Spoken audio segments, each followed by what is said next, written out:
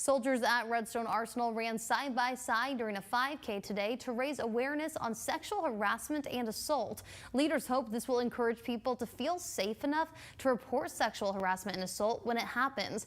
The 5K was hosted by the military's SHARP program. The nationwide program was started in 2003 for the men and women in uniform and civilians at the base.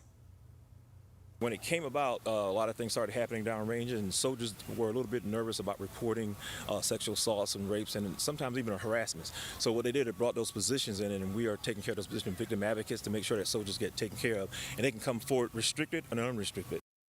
Runs like these have been held in the past. You'll hear from military members on why they support the cause tonight at 9:30.